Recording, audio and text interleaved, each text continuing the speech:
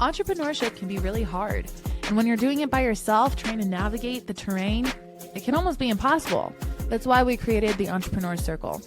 Every episode, you're going to hear from incredible entrepreneurs who are in the same trenches that you are in. And we're going to talk through what's working, what's not working, whether it be in marketing, finance, or anything in between. We're here to talk business and figure out how each of us can rise together.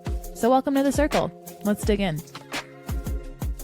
Hello, everybody. Welcome to Entrepreneur Circle. I am so stoked for today's episode. I have the one and only Taylor Leary here with us today. He is the owner of 4 Points Wealth Management, and he started 4 Points 5 years ago, but has been in the game for 16 years now, I believe. Yeah. He was working with a huge wealth management company for about 10 years, and then he branched off and decided to launch his own firm. And since then, he has been managing hundreds of households, helping them level up their financial security, reach mindful wealth, and really attach the two together as far as how do we live a fulfilling life and make smart financial decisions and kind of make our money work for us.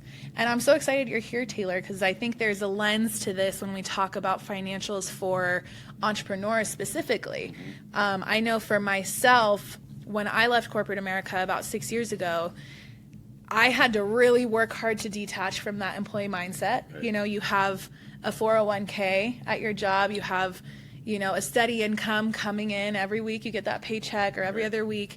There's a big bridge that you have to cross as an entrepreneur or as you're walking into entrepreneurship when it comes to your money mindsets. Yep. So I think that'd be a great place to start if you want to jump into it. What do you think are the key factors or the key differentiators between an employee mindset when it comes to finances versus an entrepreneur's mindset when it comes to finances? Really good question, and I'm really excited to join you on your podcast and be able to give some insights. And so when it came to my experience transitioning from being an employee to being the owner of the business, there were a few things that personally shifted. And then on top of that, I have kind of the cool opportunity to see other people go through the same journey. And for me personally, it was really understanding what goes into building a business. And there, that might seem obvious, but I always think about like little k no versus uppercase no. Meaning like, yeah, I know about it intellectually, but you don't actually know until you're in it, like you're feeling it. And I think about you have children, I have three kids, and you can read all the books in the world. And then you have your child and you're like, what does this look like? Like, how do I change the diaper? When do I know this thing needs to get fed? Like, how do you keep this thing alive? Like, and you just learn on the job. Yeah. And so my experience was really similar, where I intellectually loved like listening to the books, the podcasts, the videos, and just being a part of like the entrepreneurial community. And at times I kind of felt like a little bit of a fraud because I myself wasn't an entrepreneur because I was still a W-2 employee within a larger organization. Now, you could call it like entrepreneur, like I was still building my business within this thing, but in the end, there were some safeguards, there were some things that I wasn't making decisions. And so that's the first thing, is the decision making that you have to do. And for me, one of the biggest aspects or the biggest helpers was planning it out. That's kind of my nature anyway, is being able to build a plan. And then what was nice is then I could go back to that plan when things got weird. So I made the leap to build my own company. I left my old firm, and I had to be kind of quick about it. I had to be on top of my game because this was a time where you're talking to clients, you're talking to people, and all of a sudden you're having to have your what's your story? You've got to have your where's your office? What are the tools that you're going to use? Because from my perspective, when I moved firms and built my own firm, people wanted to know that they had stability, that they weren't taking a risk to be working with you. So that was something that was maybe unique about the financial services space, but I could see that with a lot of entrepreneurs is that, they take that leap and they're, the client base that they had before might see that as a risk. And actually in some ways it worked in the opposite direction. People were coming to me now because I was doing my own thing. and that they didn't want to be attached to another firm, or they thought it was really cool that I was doing this thing over here. And they said, yeah, like we've been watching you for years. We're so excited for you now. And then they started working with me. So there was definitely some cool experiences there. So I would say the planning piece was big, because that allowed me to make the transition well and do it with this idea that I had a roadmap in front of me. And I talk with my clients about this all the time within their financial roadmap, like, what does it look like? Because there are going to be challenges along the way. And if you have something to lean back on, then you can go back to that, and you don't have to make these decisions for the first time. And if there is a decision that you have to make, maybe it's a little bit of an alternative to what you wanted, but at least you've put some thought into it. And that at least you have some sort of an end game in mind, so you can start to take those steps. Another thing that I made a big transition when I went from the employee to the entrepreneur is really understanding all the things, the details, right? So you've got this plan, you've got this little k no versus uppercase no, but like now you're thinking about marketing, and those decisions are on you. How do I run my finances? And what it did is actually gave me a lot more empathy for the former owner of my firm. And he, in some of the challenges that I watched him go through when I thought the answer was so simple. And in reality, it maybe was somewhat simple, but there was probably much more complexity from his perspective. And there was some challenges that I saw him face. And now when I was in my situation, I was like, oh, I kind of see what he's saying. That running a business is not the most easy thing. And there's things like, within doing payroll and doing all these things that you're like, oh, I didn't know I need to have this insurance. I didn't know I need to have this, or, this software costs X dollars. Well, now you actually see what kind of impact that is. And then there's other things that go to it, like, cash flow management, building out spreadsheets that model this stuff out.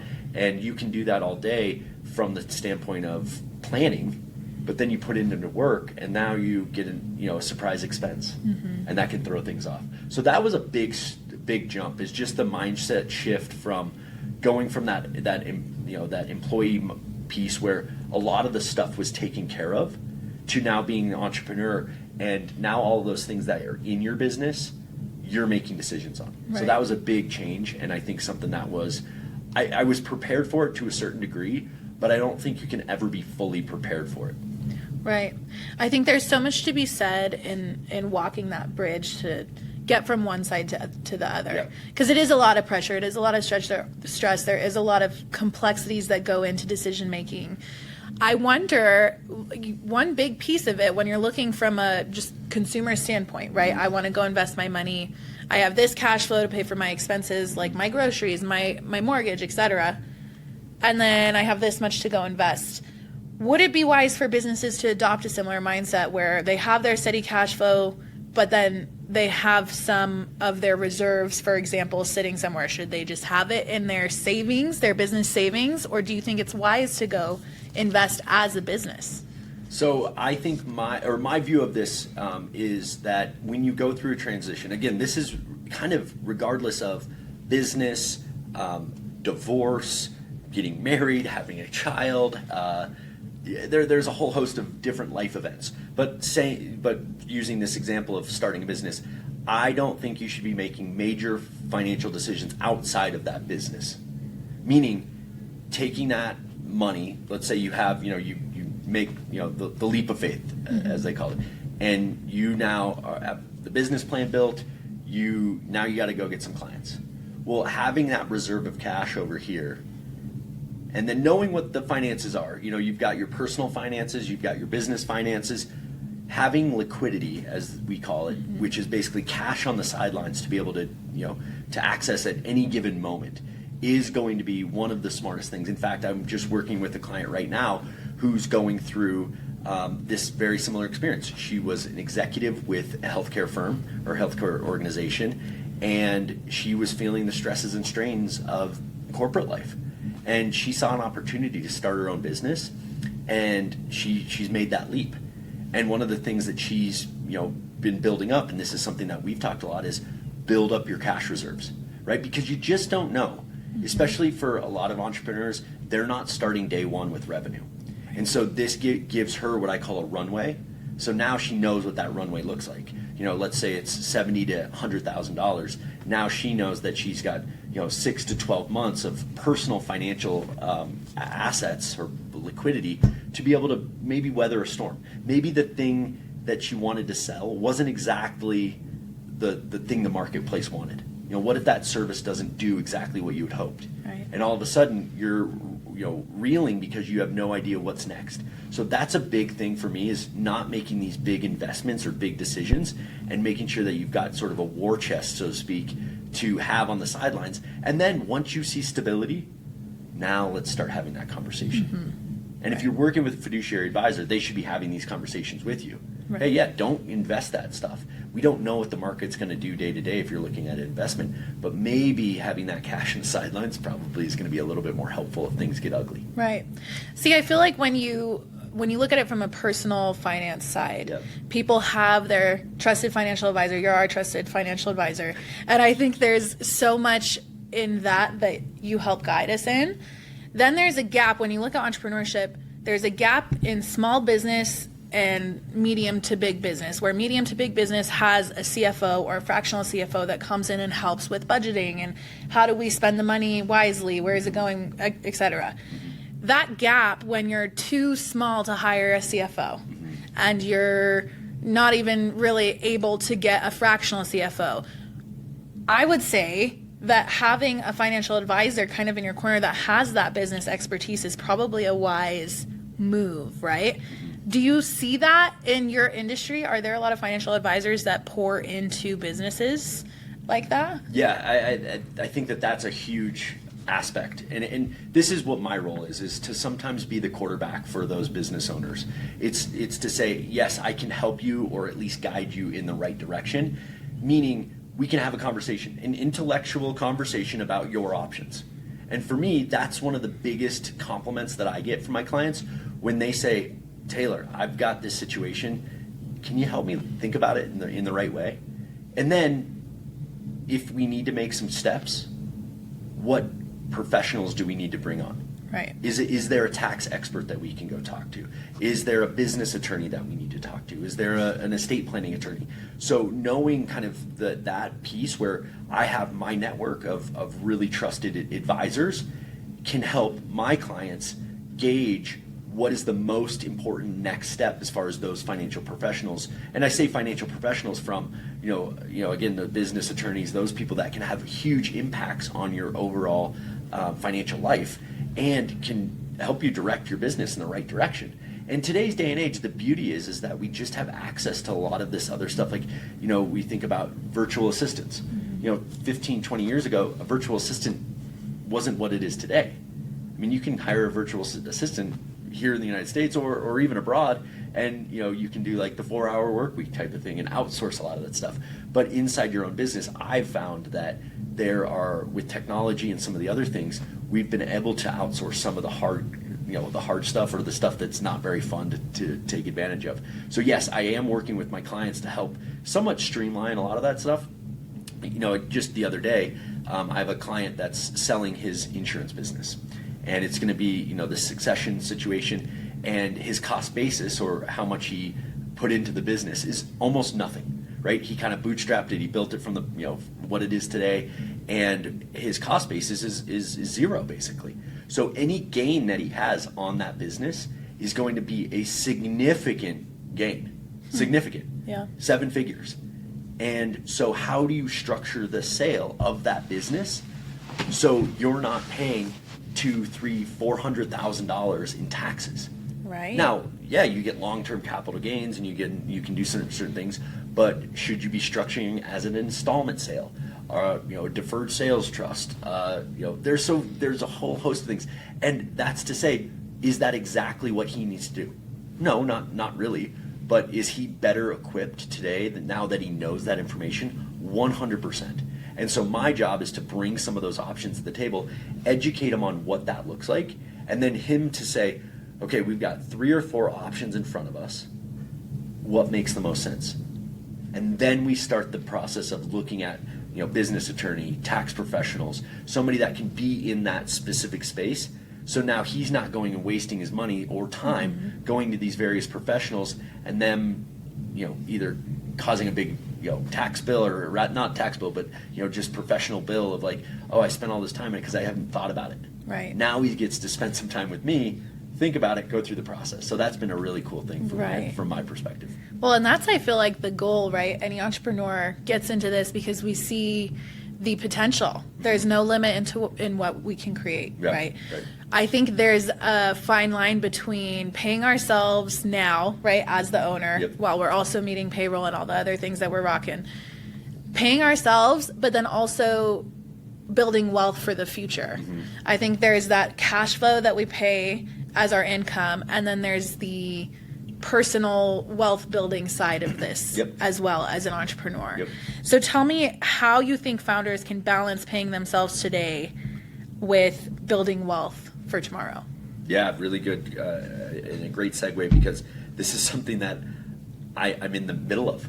I started 4 Points Wealth in 2020, so in the middle of a massive financial crisis. I bet that was fun. Yeah, it was fun, but it worked out. There's some caveats to why that was the best time of any.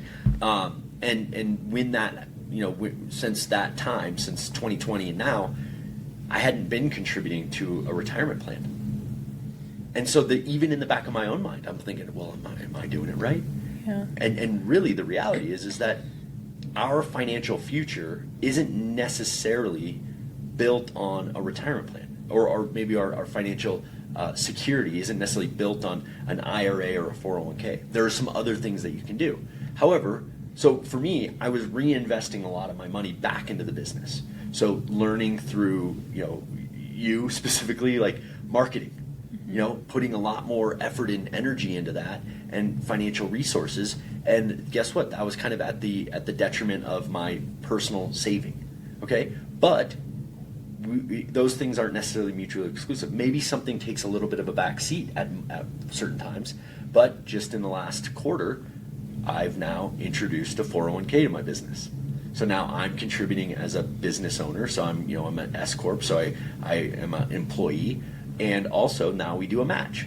So now I'm matching, and that's a benefit to both the employee, me, and my employees, as well as to the business, because now it's a business expense, the matching program. Right. And so now there's this kind of nice little balance. So from that perspective, you can kind of do both.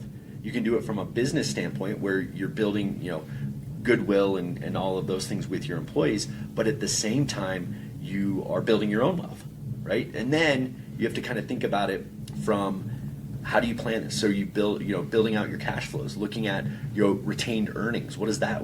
How much does your business need to have? So there's some things that happen on the personal front and on the business front that are really similar. So they make a connection to each other. So it's just because and we can look at, corporate finance, you could look at, all of the different accounting stuff that you might have done in college. And while you might be talking about a business, just replace that with Leary LLC. Right. Or Noble LLC. And then you're like, oh my gosh. So Josh brings in this, Paresa brings in this, these are our expenses, these are our investments that we have that are generating income. And then all of a sudden, if you start to think about your household as its own business entity, then you can make other decisions. And so there's some really cool things that we kind of connect with business owners to say, you keep good books, right? Well, yeah, of course we do. Oh, you do a cash flow budget? Yeah. Well, guess what? You should probably be doing that yourself. Right? And they're like, well, no, I don't need a budget.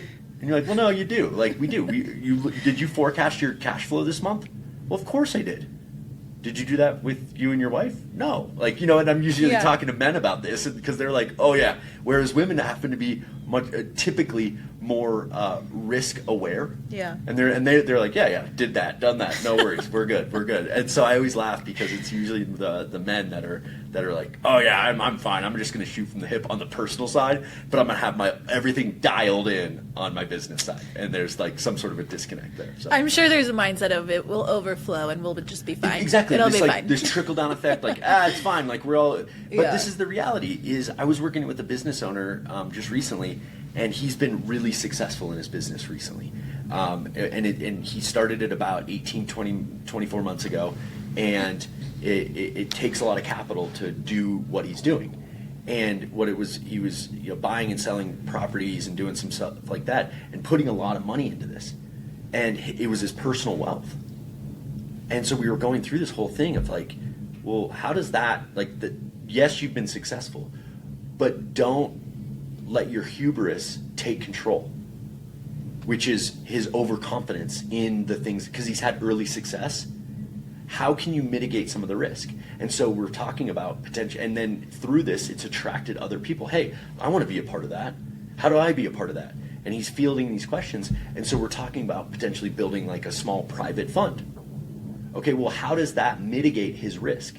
So now there's some things that are really interesting inside that conversation where he can actually generate income from the fund, let's just say. He can have his personal wealth in the fund. He doesn't necessarily have it all like he is right now, because if one project blows up, it's an ugly scene, right? But if he's got his money in there and he's a part of the fund, and you structure it as a limited partnership where you've got a GP and an LP, and these are things that we don't necessarily need to get to today. But by doing that, he can structure it where he's actually mitigating risk for himself and not missing out on the upside.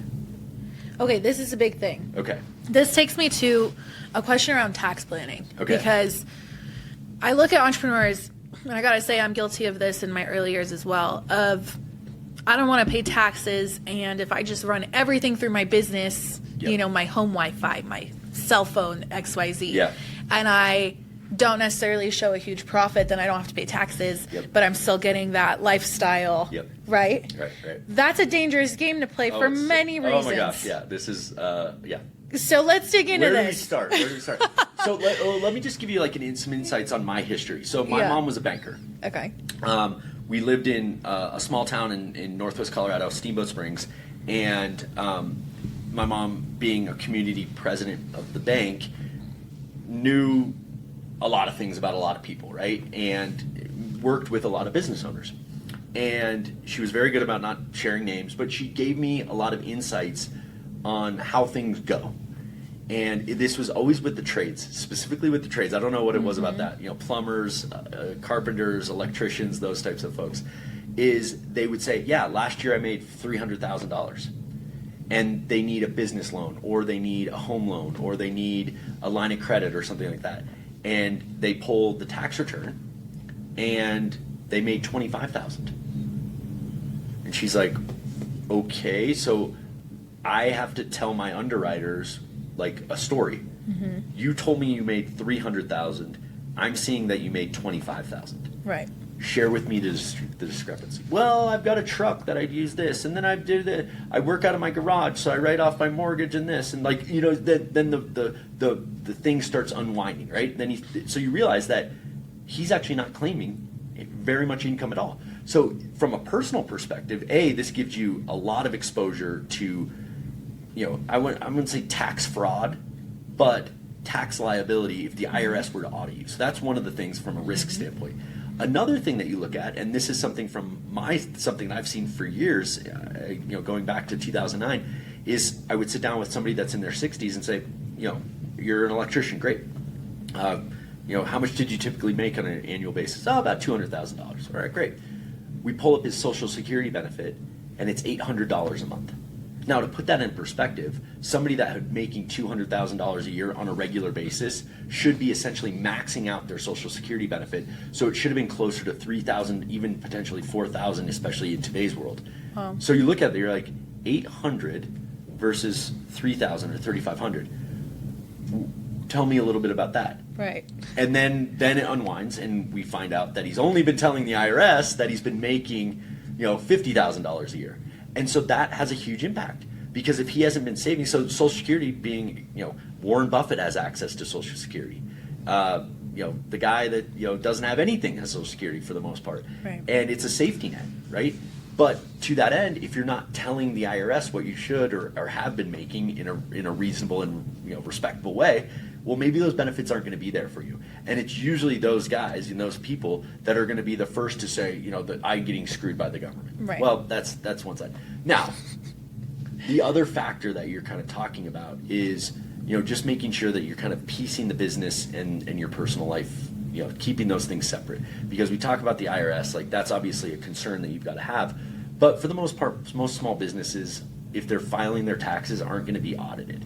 However, what you then do is you expose your personal and your business to liability.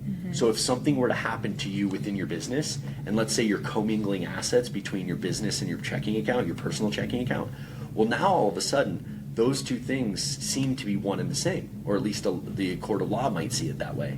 And now you get into this ugly situation where that limited liability corporation, or LLC, that you started doesn't have much limited liability because you brought in your personal liability. So now all of a sudden you're in a little bit of a funky situation. Right. So making sure that you're going through those extra steps to be able to write yourself a check to, from your business account to your personal account. That's fine, but don't use your personal account for business expenses. Right. Unless you're going to do a reimbursement on the other side.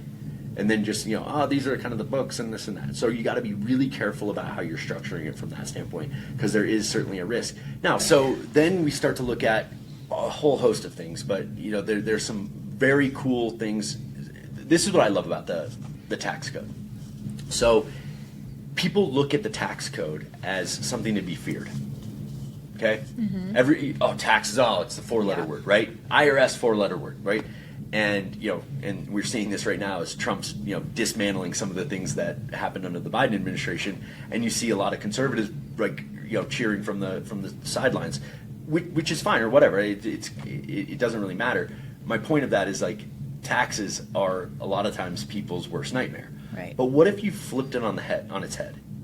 And something that changed for me about 4 or 5 years ago is I read this really interesting book through the Rich Dad Poor Dad group, and it helped me change my perspective on taxes. Instead of looking at the tax code through the lens of it's bad, look at it through the lens of what does the IRS or what does the government want me to invest in? And you start to think about that and you go, oh, okay, well, let's look at real estate as an example. Now, in my world, in my industry, there's a little bit of dissonance between real estate and wealth management. And it's probably because the realtors or the real estate professionals of the world have seen that as being a great asset, and they think your money should go there. Right. And the financial advisors who have kind of been the investment advisors think about the stock market as the best place to invest. And now they're at loggerheads because they look at the world through a lens of scarcity. Mm-hmm. Money's either here or here, not here. Right. They don't come together. And so for me, let's look at real estate for what it is. An excellent benefit for taxes. So I'm working with a client right now, and she has an Airbnb. And we're talking about some of the things, and she went in and upgraded the Airbnb, and she's using it, all these things. And so we're looking at it from depreciation, and then she's getting some good revenue off of it. And she's like, what's my tax bill going to be? Well, I can't really tell her that exact answer, but we can start to look at it and say, okay, depreciation, do this, and then, your income is this, and, roughly your tax liability or your net revenue or net income from that is going to be, X. Right. And I thought that was really good because she was like, oh, well, I kind of knew that, but I didn't really understand how that all plays out. The other thing that you look at from the revenue, the IRS code, is being a business owner. Oh my gosh, look at that. That's a huge deal. Don't be afraid of that, because guess what? If you're building businesses, our capitalist economy loves that. Right. We love that. We were essentially built on that. Mm-hmm. And that makes us one of the best games in the world. Right. Right? People in the United States aren't fearful that our government is going to steal our business. Now, some people might sit there and that's so far-fetched. Yeah. Like, there are governments out there that if they don't like you, they just take it. They're just going to take it, or whatever, and turn it over to the government, and that's a very real concern. Guess what? In the United States, we don't have that, and I don't want to be political here, but it's the reality of like where we are. Is we have like such an intrepid landscape of opportunity that if we just opened our eyes and saw this, I think most people would take better control of themselves. Right. And we hear this from people that are first generation Americans. It's like, gosh, you guys have it so easy. And it's amazing. I mean, and when I say easy, to start a business is not easy. But guess what? We have the option to do that. So when you look at the tax code, think about where we should be investing and how we should be investing. Another thing they benefit is long-term investing. Interesting. Yeah. Like retirement, essentially? Retirement, but also just investing in like the market. Oh, Short-term capital gains go onto your ordinary income typically. Well, that's not very advantageous. But guess what? If you hold something for a long time, your tax bill goes down on that same gain. So you look at it through that lens. So it's ways to think about it that you can save yourself money. And there's two ways to think about it. I hate taxes, or I'm okay with paying taxes because the more money I make, the more taxes I pay. Right. And there's a limit. Like, there's a level that I think it's reasonable and fair to pay taxes. But nobody wants to pay more than their fair share, and I think that that's a totally reasonable place to be. Mm-hmm. So we try to talk with our clients through that, and then we work with CPAs and other tax professionals to make sure that what they're doing is compliance and all of the other things, and that they're filing their taxes properly. But there's some things that as a business owner you can do that can offset your taxes pretty significantly. Right, and I love that. I think that there's kind of another transition in mindset with this conversation in just how long you've been in the entrepreneurial game and how much experience you have with the tax code. And what I mean by this is once you really understand the tax code, and I have so much to learn, so I'll just preface it with that. But once you really understand it, I feel like the rules are written on the wall in a sense, because like you said, there are specific things that our government wants us to do, and they will almost incentivize it through tax breaks. So when you look at the different investments you can make, like you said, real estate, which I got to commend you because I feel like a lot of financial advisors will say, no, it's bonds and stocks, and that's where we live. Right. That's what we're going to do. Right. But I think when you look at like these endowment funds, for example, there's so many different investments and things that you can pour your money into, and then it also plays into getting the tax benefits.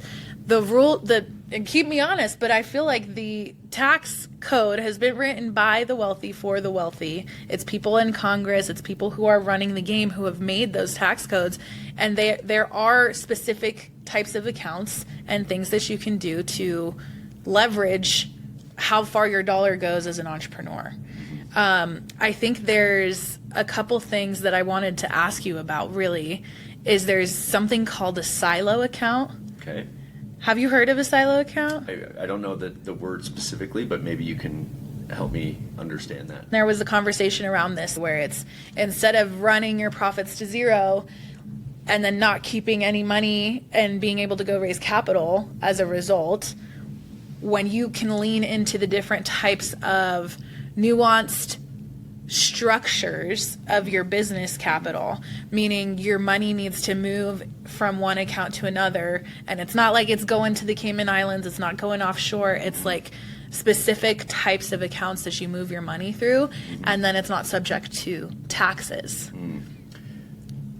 So while I can't speak to that specifically, Yeah. one of the things that I see a lot on social media and sometimes in sort of these popular applications, like let's just call it social media, they pop in these tidbits like, we did this, like we moved this, and then we these three businesses are all inside this one corporation, and then they flow through this, and then they go. Well, that's all well and good, okay, and that might be legal. However, what they're not telling you is what is the cost to do that, and then what are the ramifications for backing that out. So, for example, things change over time, and I'll just use estate planning as an example. So back in the early late 90s and early 2000s, the estate tax threshold was very low. It was like $2.5 million. Okay, and then under the Obama administration, I think that's where we got to closer to where we are in modern today, then it got to like $10 million per person. Now we're up to like 20 million. My point is whether those numbers are exact or not, the estate exemption was very low. So what was happening is a lot of these people that had more than $2.5 million in net worth were using different structures. So I've seen this with a lot of like family partnerships, and that's all well and good. Like you build a family partnership, you put assets into it, it hides it from the estate tax situation. But then tax law changed. Now all of a sudden the ceiling goes a lot higher, and maybe that corporation, that family corporation or family partnership, isn't as useful as it was. So now you have to back out of that thing. Okay, well, what's the ramifications? Now there might be a tax hit coming out of that thing, unwinding it. So I have a client, as an example, who put a bunch of properties into an S corp type of situation, and part of it was that he was told that it was going to do all these things. He takes a little bit of a revenue or income off of it as an employee. He's managing these properties, and it works so far so well. But the reality is that on the back end, with property, if you had him, let's just say in a trust, you die, then the trust gets the step up in basis, and there's some things there. Well, he's owned some of these houses since the late 70s, early 80s, early 90s. So the appreciation on those houses is significant. Oh, wow. But for him to unwind the S corp status of those properties, he can't just pass it on to his kids and his kids get the step up in basis. They're going to inherit his basis. And that's a really big challenge, or can be a really big challenge. And so backing that out, he now has to pay this big tax bill on those properties. And so you start to look at it from that lens, and you're like, okay, all of these structures have their pros and cons. And while the details of that example might not be exactly specific, and there might be some nuances where somebody might argue with me about how that's structured, the reality is that that's generally how it's situated. So when you see, these silo accounts, or you see different ways of structuring it through different corporations, there is both a cost of doing business. So how much did it cost to set that up? And are you working with a professional to make sure that you're doing the right thing? I mean, I see this all the time with investment strategies. People are like, oh, I'm a DIYer, I do this, and I'm in stocks and bonds. That's fine. I don't have any problem with that. But if somebody, most of the time, and this happened 2 weeks ago, a client comes to me, he's like, Taylor, I'm 42 years old. I've been doing this by myself and I enjoy it. I'm like, great. Kind of tell me about your strategy. Well, I do this and all this. And so we open up his accounts. He shows me, where his stuff is. And there's no rhyme or reason with any of the investments.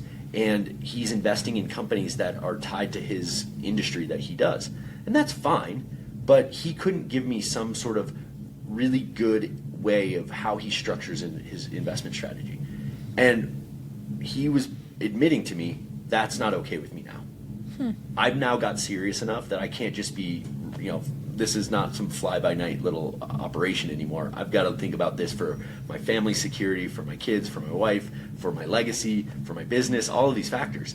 And so by having a professional looking over your shoulder, you can actually see that you're doing the right things. And so when you're setting up these really complex structures, you probably ought to have somebody that's looking over your shoulder, and what's that going to cost?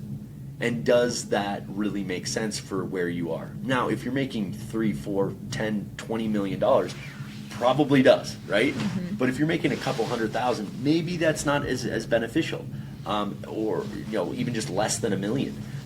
Then you probably need to kind of start thinking about it from that perspective. So I don't know if that helps, like with the silo accounts. It does. But this idea of building complexity just for the sake of like trying to save a little bit of money, like try to think about what's also the cost of doing that. Right, and you look at, like, for example, Starbucks. I can't imagine Starbucks has a different LLC for every location that's opened in Delaware. Right. And then they have to run taxes on each. It's probably not how those giants are doing it. So I think there's a lot to be said about what we see on Instagram and TikTok on those financial gurus who say, go open your LLC in Delaware and then you won't have to pay taxes on anything.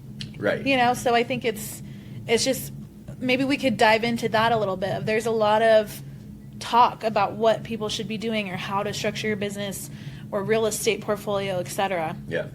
Would you say there is 1, 2, 3 golden rules in structuring your investments, whether it be, starting new businesses, investing in real estate, stocks, etc.?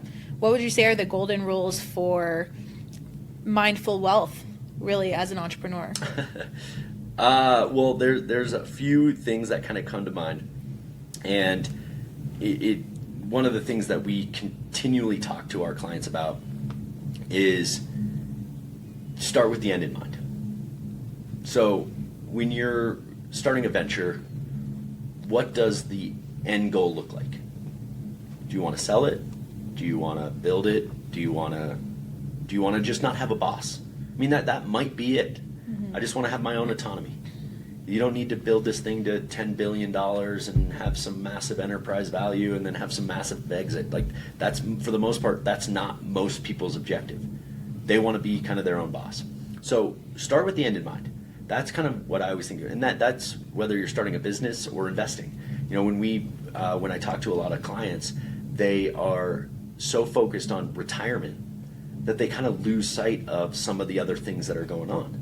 So they're saving so much to their 401ks or to their SEP IRAs or whatever the vehicle might be, and they didn't take a time to think about, oh, what's this really do for us? And if we played that game where we go 20, 30 years down the road and look at our lives at 60 or 65 and say, well, what does our net worth look like from just a structure standpoint? So that's kind of that first thing, is like, think about the other things that are going into it when you're getting started. Another thing that I think about when people are kind of building their wealth is be cautiously optimistic. I talk about this with investment management all the time, and it was something that I came to probably in 2012 or 2013. I was now, had been in the business a couple years. I was starting to getting a little bit of understanding of kind of what I was really doing, had some more experience. I wasn't just wet behind the ears at this point. And I realized that people had just experienced the global financial crisis, right? The GFC was fresh in their mind. And they kept turning to me and saying, when are we going to see the next shoe to drop? Like, when are we going to see this thing, like, break apart? Nobody had any confidence in the market because they just lost 50% of their net worth. And now they want to, now they're trying to get back in the market, or maybe they're in the market, but they're just super gun shy and they're just overly cautious. And so I started using this term cautiously optimistic. Mm-hmm. Okay, well, when we think about that, what does that mean? Well, think about the upside. So being the optimist, like, do you need growth? You think about those things. But the cautious part is, what could go wrong? And this is not like the sky is falling type of moment. It's, are we protected? Are we doing the right things? Are we, what's kind of known knowns?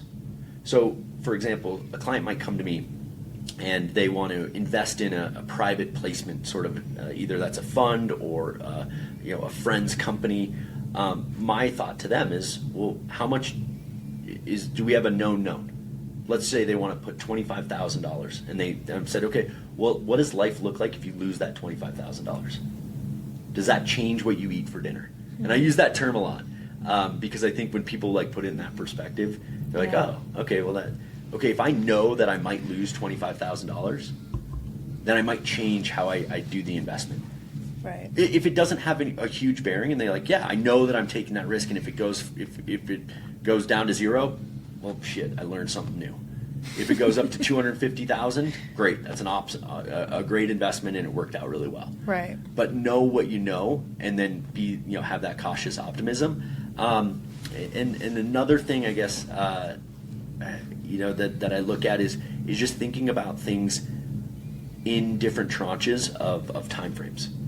So long term, like put yourself at 60. You're a 30-something, mm-hmm. right? Mm-hmm. So what does 30 years down the road look like? Okay, well, what does 10 years down the road look like? We were talking at the beginning, I was thinking about my business in 10 years, and my daughter's 7 years old. And it shocked me because I can think about my business in 10 years and be like, oh yeah, I'm going to have this revenue and this assets under management and these many clients. And then it hit me. I was like, oh my gosh. And my daughter will be graduating high school. And I was like, and I'll be on the eve of my 50th birthday. Oh gosh. And I was like, whoa, that puts in, but still having that game, playing that game in your head and seeing, okay, now I can see myself in that, in that person, because guess what? You're probably going to make wiser decisions if you can put yourself there. And today's Taylor can be proud of the decisions that I make when I'm 50 about the decisions that I made when I was 40. Amen. I love that. I think there's so much clarity that would come from that, because you'll be more present in what you're doing today, whether it's your business or your family. Yep. I think there's so much there. Let's talk about family, because you Okay. have a beautiful family. You have Thank 3 you. little ones. Yep. 2 girls, 1 baby boy. Not so baby anymore. He's 3. Yeah, 7, Oh my 5, and 3. gosh, 7, 5, and 3. So what, I think, taking that leap when you left the old firm that you were working with, Yep. and you decided, like, you went home and you're like, okay, babe, it's time. Yeah. I'm going to take the leap. I'm going to jump. Talk me through the experience of branching off, doing your own thing when you have a family Yeah. leaning on you. So this was something that wasn't just an overnight thing, and something that I've seen with a lot of other entrepreneurs that I'm really proud of the work that they do, but also something that is reinforced by the conversations that we have, is that seed didn't just start 6 months before. The seed of entrepreneurship sat in my stomach for years, and I it's actually kind of cool. I get to go. There's like these files that I have in like an old file that were from like 2014, 2015, where I actually mapped out like what a business could look like. Yeah. And it was like, oh, that's kind of like, but it was like so rudimentary. It was like, I need to be at this, and this is like, these are some rough projections.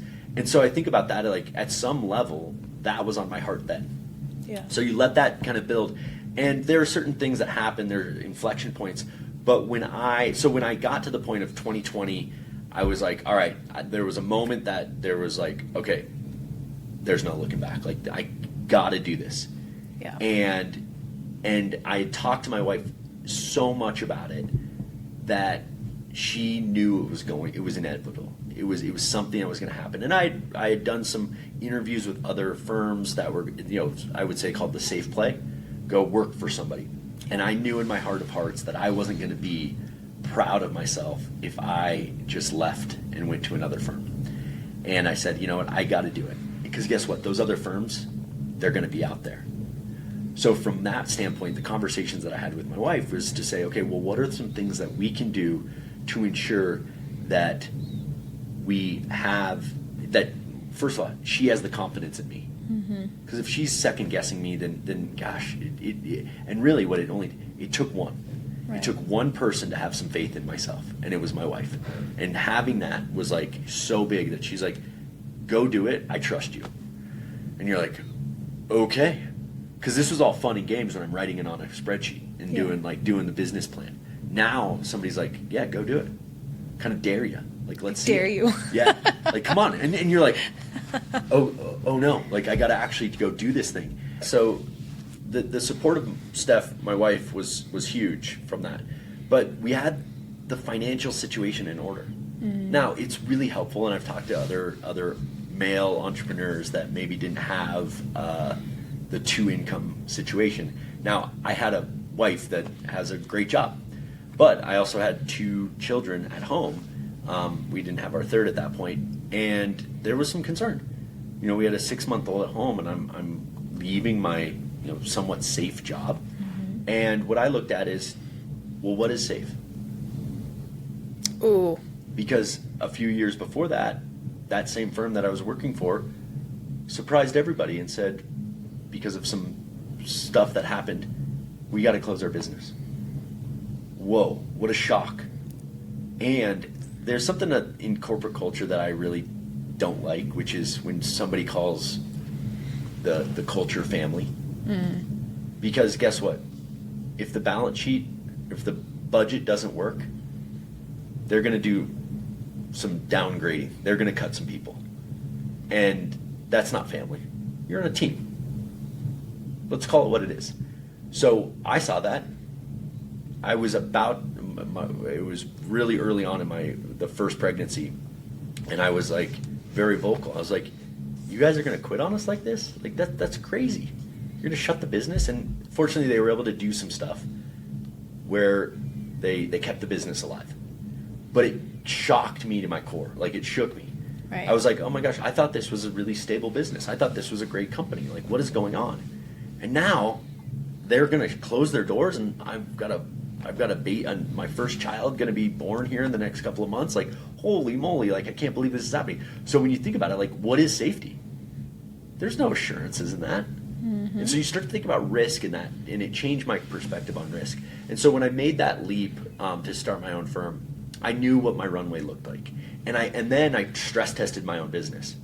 What is the bare minimum that I need to accomplish to ensure that my business runs okay? Right. And if I could succeed in that just small endeavor, and it was low. I didn't have to do much. But I was like, you know what? At least I know what that looks like versus being surprised by it. So how do we remove surprises? And so when I made that leap, yeah, there were some things, and then there was some weird personal stuff that happened between myself and the business, the former business, and I'm getting chased down by some stuff, and it was not fun. But guess what? There wasn't the financial concern that it was before, because I had done the things, I'd done my homework, and I'd done some things that were really helpful to make sure that I had a runway. And within the first 8 weeks, anything that I borrowed from myself, I paid back. Okay. And it was like, oh my gosh, this is real. And so when somebody says like, how's it going? I'm like, this is the greatest thing that I've ever done. That's amazing. And I professionally, obviously I've got 3 kids, but the other thing is that now it's really fun because I know that my children are watching. And what does dad do? And what does mom do? And so we happen to be a household of somewhat entrepreneurial people. And I know that that's going to be a really cool lesson for them at some point in their life that they get to experience. And I'm just not sure how that's going to impact them, but I know it will. Oh, absolutely. I think there's families of creators and there's families of contributors, and I think they intertwine, right? But I think that watching you is going to be their greatest example. I wouldn't be surprised if they grow up to have this entrepreneurial spirit as well. Yeah, you hope so. And you do what you can with what you got. And as parents, I know you probably experience this, but you try to do as much as you can to educate them at whatever level their ability to understand is, and hopefully you just lead by example. And one of the things that probably intimately is how smart these little kids can be, and that they can understand, and they can read, and they can see the situation, and they can then apply that to themselves. And it's really cool. It is really cool. Yeah. We were just talking before we started. You were the mystery reader at your daughter's school. I was the mystery reader today, so I got to surprise my daughter at her 2nd grade class and read to all the students, and it was really cool. It was really fun. I love that. I feel like that's one of the big reasons I got into entrepreneurship, is so that I can have the flexibility to do things like that, to be the room mom and then go to the studio, and just be able to have that dynamic lifestyle where you're not only building something for you and your family, but you're present and you're there. Totally. This is such a cool story. I have a client, we had touched base, several years ago, and she had reached out in some capacity, or somehow we got connected, and she was very interested. I think she had just turned 40. So there was this weird moment for her where she was like, I'm turning 40, like I need to like get my financial life in order. Like now is the time to grow up. And we were laughing. And then she went radio silent. And I was like, that happens. People maybe were not a good fit. So about 6-8 months later, I sent her several emails, and then finally, I gave her some space. And then, 6-8 months goes by, reached out to her again, and she immediately got back to me. Taylor, yes, I thank you for your persistence. Thank you for reaching out. My life is crazy. Like I work 80 hours a week. She has 2 kids. Like she was corporate America mom. She was doing so much. She was stressed out about, and then all of a sudden, guess what? Financial planning, all investments, all of that retirement planning fell to the bottom. And she was just like, I'm thinking we're doing everything right, but let's start it. So we started the process back up. So we got everything going. And then we go to the implementation process. Again, she'll go radio silent. She'll do this, and it was just hard, like because she was just so busy, and she, her husband was busy. All of life was just happening, right? And we were going through the process, and she was having a hard time even sending me like statements and stuff like that to be able to allow me to do my job with her. And I say that because then we had this amazing meeting late last year, and she goes, I think I'm going to leave my firm, or my company.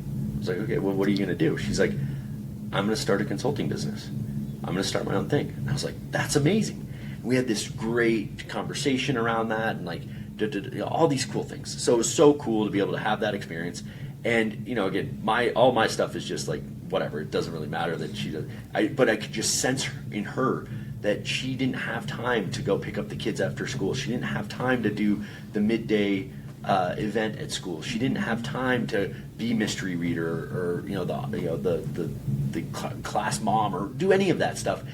And I knew that was kind of something that was eating her alive a little bit. She mentioned it, and so fast forward, she left her corporate world, started her own thing. We had some meetings in the last little bit, and then she posted something on her social media, on her LinkedIn, and it was her walking her kids to school, and it was the four family members, her husband, the 2 kids, and herself. And she goes, this is what entrepreneurship is all about. And I was like, that is so cool, because 6 weeks before, she was working 80 hours a week. Yep. Now she can take her kids, walk them to school, and walk home to get on the 9 o'clock Zoom to still do a job that she's going to be ultra successful at, and get to do and instead of, but I have to travel this week, or I can't make it this week because I have a really important presentation, or an executive's in town and I've got to host them and I've got to miss your recital.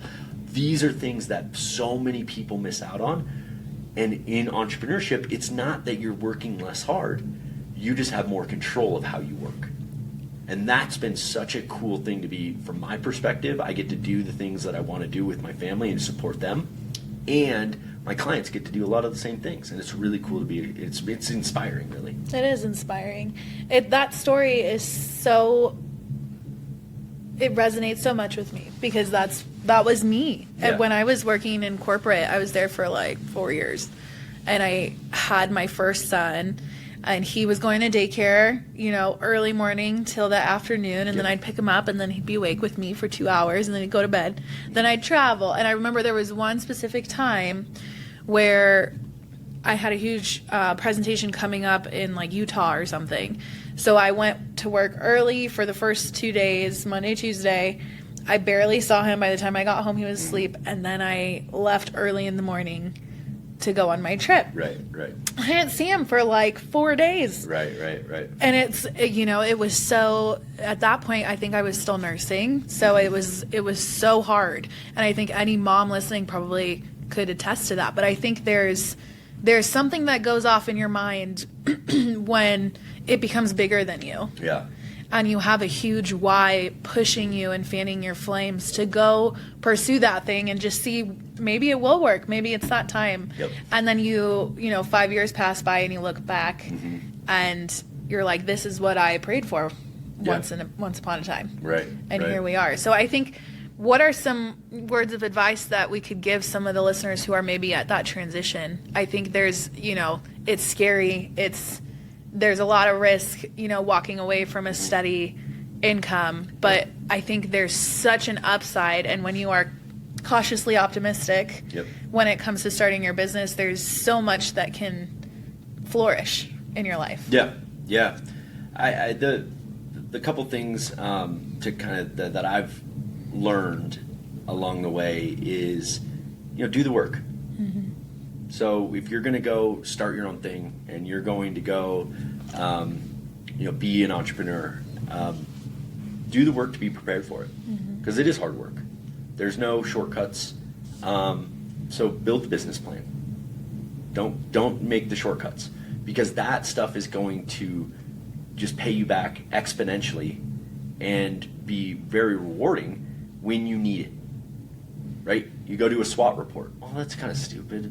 That's what we did in school, business school. Like, I don't even know what a SWOT report is. And then you're like, oh, but now I can kind of see where my strengths are. Where's my weaknesses? Where's my opportunities? What are my threats? Like, what are these things?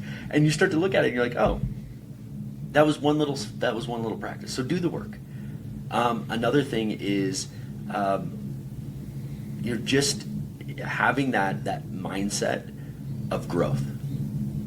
That there are so many amazing opportunities. Something that I always lean on is, my dad would say this: there's a million ways to make $1 million. And you start to think about it, and there's so many cool businesses out there. And I think there's so many, our society has done this really unfortunate thing, probably going back to the 90s and 2000s, is that you got to go to college, right? Mm-hmm. I've got several people that have started electric businesses. They've started plumbing businesses. They've started these more blue collar types of jobs, and they make an unbelievable amount of money. Mm-hmm. And it's like, there is so many opportunities out there, and it doesn't necessarily need to be the white collar in the big building kind of type, in the office type of business. And you don't necessarily need to have all the education, and you don't need to have all the answers. That's another thing. There's going to be a gap. There's always going to be a gap, and that gap is the risk. So there's what you know now, and there's the future, and then there's the gap. And if you can have the wherewithal to have the plan in place, do all of the things, go through the effort, put it in place, take the steps, do all the things, right? You can fight through that gap, and you can overcome the gap. But that gap is a risk. There's no doubt about it. And I think a lot of people are afraid of that gap. Mm-hmm. And they get to the edge, and then they back away. I'm not ready. Maybe next month. Well, if there was ever a perfect time, you would never do it. You might have just had a kid. You might have had a second kid. Shit, in our situation, you might have had a third kid. But the reality is that you've got to have a growth mindset. And if you have that, there's going to be opportunities that present themselves. Absolutely. I am so grateful that you came here with us today, Taylor. I think there's some huge golden nuggets that I think our listeners are going to walk away with. I hope so, yeah. So thank you for joining us. Very welcome. Where can people find more about you? Yes, so I'm on your typical social channels, Instagram, Facebook. You can find either 4 Points Wealth Management or T. Leary or Taylor Leary. Also very active on LinkedIn, so Taylor Leary on there as well. And I try to produce as much content, blogs, articles, and posts as much as I can. You can also find us on the website, 4pointswealth.com. Beautiful. We'll link that in the show notes. I appreciate it, Taylor. Thank you for joining us, and thanks for tuning in, guys. We'll catch you next time. Appreciate it. Remember this as you go about your day today. The ideas that are on your heart for a reason. Do not ignore them. Tune into them. Tap in, lean in, understand them, and pursue them. If not you, then who? If this episode was helpful to you in any way, please like, share, comment, subscribe. It does wonders for our efforts, and it helps us to continue our mission of inspiring entrepreneurs and giving them the resources and the perspective we all need to take it to the next level. Thanks for tuning in. I'm Paresa Noble, and we'll catch you next time.